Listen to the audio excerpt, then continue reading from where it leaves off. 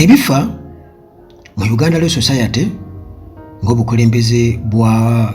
balooya bonna wano mu Uganda era nga bakulemberwa President Isaac Ssemakadde n'essiga eddamusi erya Uganda era nga mu bukulembeze bwopya bwe tulina obwa Ssemakadde era nga Uganda Law Society oba oli awo eyinza obutaddamu oba eyinza okulwawo okufuna omuntu alinga Ssemakadde kubanga ono muganda wange alaze nti azze okulaba nti afa ku muntu owa wansi oba munnayuganda okubeera ng'aganyulwa mu judicial system eya Uganda ewatali kyekubiira era mu kabwefube wa Isaac Ssemakadde President wa Uganda Law Society gwalimu ow'amaanyi bw'atyo asitukiddemu n'abaka akafumu n'akulubuuta ebbaluwa era ng'eno agyolekeza Ssaabalamuzi Owiny Dollo era nga munnange wano amutadde ku nninga mu bbaluwa gy'amukulubuutidde ebaddemu ebintu ebyali badde alowooza nti nno munnange bye birina okubeera nga bikolebwa mu judicial system eya Uganda embeera okusobola okudda mu nteeko bannayuganda bonna baddemu okubeera nga beesiga essiga eddamuzi kubanga ekitiibwa munnange kiri mu lusuubo. Kakati Ssemakadde bw'atyo asabye Chief Justice Owiny Dollo nti wabeerewo quick action okwanguyiriza okusobola munnange okumalawo embeera eriwo mu byobulamuzi wano e Uganda era nga kino kirina okukolebwa with immediate effect. Kiki kirina okubeera nga kikolebwa? Ssemakadde kyagala kikolebwe kuba kati butereevu ng'amaliriza Attorney General wali okumuteeka waaja bw'atyo atandise mpola mpola mu kitiibwa kye nga Ssaabalamuzi Owiny Dollo si mwangu nnyo muganda wange okumala gagamba ebigambo by'omugamba mu ngeri yonna kubanga wantondo nnyo. By the way musajja oyo wantondo mwamulaba wano nga Oulanyah afudde bwe yayogera n'obusungu nga obusungu bwonna abwolekeza Abaganda naye oluvannyuma bw'atyo yagenda e Mengo ne yeetonda. Kakati si mwangu muganda nga mwamulaba mu musango gwa Kyagulanyi wano 221 bamugambye stepping down mwalaba bye yayogera wamu n'obusungu engeri bwe yamalira obusungu bye yamalira ku mulamuzi Kisaakye byonna mwabiraba. Kale musajja wa ntondo nnyo kyemulina okubeera nga mumanya era yeetaaga kwegendereza. Kati Ssemakadde mu mbeera ey'okwegendereza kuba Ssemakadde mumanyi okusinziira ku ebyo bye yakakolako biraga nti yalayira obutayogera nga ali ebukoddomi era n'abakalamojja mwabalabye nga bavuddeyo bagamba kale oyogera otya ku DPP bw'atyo kubanga abakalamojja gomanyi kyekitwalira omwana omuwala okuva ekalamojja n'afuuka ekyo kyali naye ate abakalamojja boogera ku kitiibwa kyekituufu kitiibwa buli omu akirina naye abakalamojja nabo kennyini ekitiibwa bakyemalamu kubanga be batyo batunda abaana baabwe 5,000 ne babatunda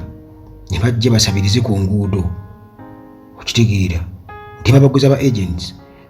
ne babaleeta e Kampala okusabiriza nga bo ba agents bebekunganyiza akasente n'amuwaayo ku 5,000 omutwala gwamanyi. Kale kwegamba society yaabwe nabo bennyini bagyoloola kubanga erimu okurepinga kungi erimu n'ebintu ebirala bingi nnyo. By the way bw'ostadinga lifestyle y'abakalamojja si nnyangu nnyo era nga kyekimu ku bitundu ebyetaaga okubeera nga bitunulwamu ennyo ate kikyo kyataagulwa kyekirimu ebyobugagga entalo ziringa ntalo emmundu kagamba byetaaga kusabira nnyo. Naye kati bo nga bo okuvaayo okubeera nga bambalira Ssemakadde boogera ku kitiibwa kyabwe nze Uganda at large nabadde nkiraba nti abakalamojja bifo nga tebanakwataki nga Ssemakadde boogera ku kitiibwa naddala eky'omwana omuwala ate bo bennyini eri bakityoboola nnyo ewaabwe kubanga bagaye Ssemakadde n'agenda ayogera Ssemaka jenito biki muganda wange mbunayogera ku bijjabbi ne biki yabadde abyogerako naye mu kumutyoboola DPP Jane Francis Obodo. Munnange twogera ku Ssemakadde gwe tuliko ono yalayira obutaleka jjinjala limu nga sirivuunule, era munnange bw'atyo awandiise ebbaluwa ey'amaanyi eri Ssaabalamuzi wa Uganda Chief Justice Alphonse Owiny Dollo, era nga ayagala wabeewo immediate judicial reforms, wabeewo enkyukakyuka mangu mu ssiga eddamuzi, nga zino enkyukakyuka zirina okuba nga munnange zikwata ku nsonga naddala ey'okukeereyezebwa oba okukeereyesa, okusobola munnange okuzzaawo ekitiibwa oba confidence abantu gye basuula edda mu legal system, kubanga ebintu birwa nnyo, birwira ddala mu ssiga eddamuzi. Bamala gabikola bwe batyo, bakola bwe balindako, era nga balagira ddala nti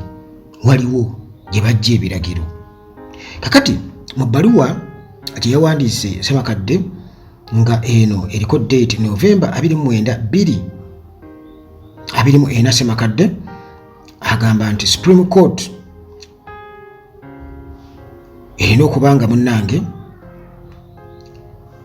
etunuulira nnyo ensonga ya prolonged inaction on crucial rulings. Balina okuba nga batunuulira nnyo ekintu ekyo nti munnange waliwo ensonga ezimu nga zeetaaga okuba nti nno obulamuzi butuukikako mangu mu kkooti, naye muganda wange emisango bwe gityo bwe gikonera eyo mu kkooti ne giremu okuba nga gikwatibwako nga mwebuuza abalamuzi tebaliiwo, oba kale bo bagamba nti batono nnyo ne ssente simanya mbu biki tebimala era buli miitinga gino Museveni babeera baagala babongeze. Kakati yagamba nti kino kirabika kikolwa mu mbeera kwegamba ey'obugayaavu, era nga kino munnange kyongera okufeebya eddembe ly'obuntu wamu n'okubeera nti judicial integrity muganda wange eba esigadde mu lusuubo, abantu tebakyesigira ddala sigadde addamuzi tebakyali esigira ddala. Kati ebintu nga bino Ssemakadde nga bena kutegeezezza nti oba oli awo kati yaliwo ng'omuvumu, era agenda kusisinkana okulemesebwa kungi nnyo n'okuvumirirwa kungi nnyo, kubanga waliwo abantu bo abalowooza nti be mateeka kyamateeka be bo. Kyobulabanga awo waliwo ebizibu binene nnyo naddala mu demokulasiya wano e Uganda. Bwe tuba twogera ku demokulasiya essiga eddamuzi nga nalyo already liri compromised, kiba kitegeeza nti naye tuba tusigazza ki nga ffe abanaku. Kakati yagamba nti okukeereyesa kuno mu ssiga eddamuzi twogera ku misango nti emisango gibeera eyo ne givundira eyo nga tebagikwatako oba bonna bagyesamba teri ayagala, nti kabonero akalaga nti waliwo institutional crisis, waliwo obuzibu obunene ennyo mu ssiga lino eddamuzi, era nga kino kyetaaga agent intervention, kyetaaga okukwatibwamu okubwamu tooki bonnambiro. Ssemakadde bw'atyo n'alabula nti munnange nti essiga eddamuzi okubeera nga liri awo likola kasoobo, kino kireeseewo vacuum mu justice, kireeseewo okubeera nga obwenkanya butemerwako ettaka, justice suffocation ye bwakiyise. Judicial inaction has created a vacuum in which justice suffocates. Bwatu bwa statinze mu bbaluwa ye. Kakati era agamba nti nno waliwo obwetaavu obwa kooti enkulu okubeera nga munnange eyimira ku magulu gaayo n'esalawo era n'esindika kiriya sigino nti tewali institution yonna oba muntu yenna omuli ne basiniya judicial officials oba officers abali waggulu wa katiba, abali waggulu wa scrutiny, nti Supreme Court ekyo kirina kuva gyeri n'ekyogera naye muganda wange Dolo oba Saabalamuzi ayinza munnange katugeze nga tetuliyo nasenkana Ssemakadde namugamba mwana wange nawe ebintu obimanyi kisoboka gye tutabeera kubanga nze ndaba kino kyayogerako kizibu oba kirala nnyo kiralamuko gwekitunuuliremu okirabe naye Uganda Law Society President era bw'atyo yategeezezza nti Attorney General ono Director of Public Prosecution wamu ne Judicial Officers abalala agamba nti bano tebasobodde kubeera nga bagasa bannayuganda tebakwasaganyizza constitutional mandates zaabwe obuvunaanyizibwa bwabwe nga constitution bwebulambika bayiye nnyo bannayuganda era n'agamba nti Chief Justice Saabalamuzi alina okubanga munnange atunulira nnyo ensonga ya accountability integrity mu upcoming new lawyer ebintu ebyo alina bitunuulira ennyo kwegamba ani avunaanyizibwa ku ki era kyonna ekigenda mu maaso mu bukyamu ateeka okubanga yalina okuansaringa ekitiibwa ekisiga eddamuzi alina okubeera nga akitunuulira nnyo mu nkwasaganya y'amateeka omwaka ogujja kati ebigambo ng'ebyo oli ajja kugamba nti oyo mwenye wanjaga oyo simanya muki ebigambo ebyo mulaba bibi bannange Ssemakadde omusajja agezezzaako kakati muganda wange ku mukutu ogwa X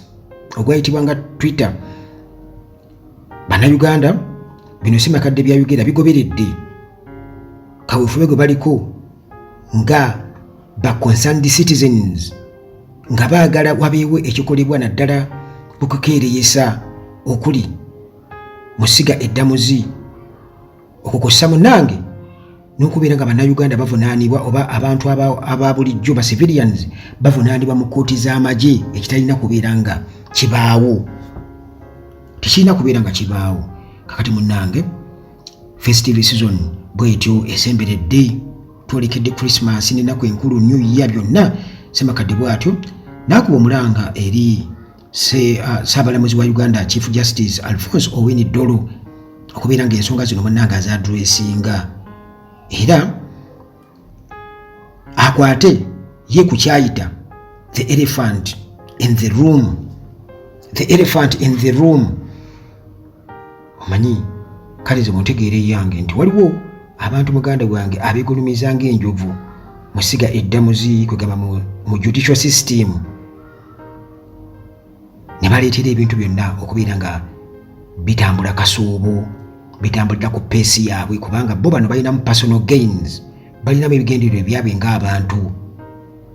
mu judicial system ya Uganda. Ssemakadde munnange bino byonna ng'amaze okubeera nga abikoonako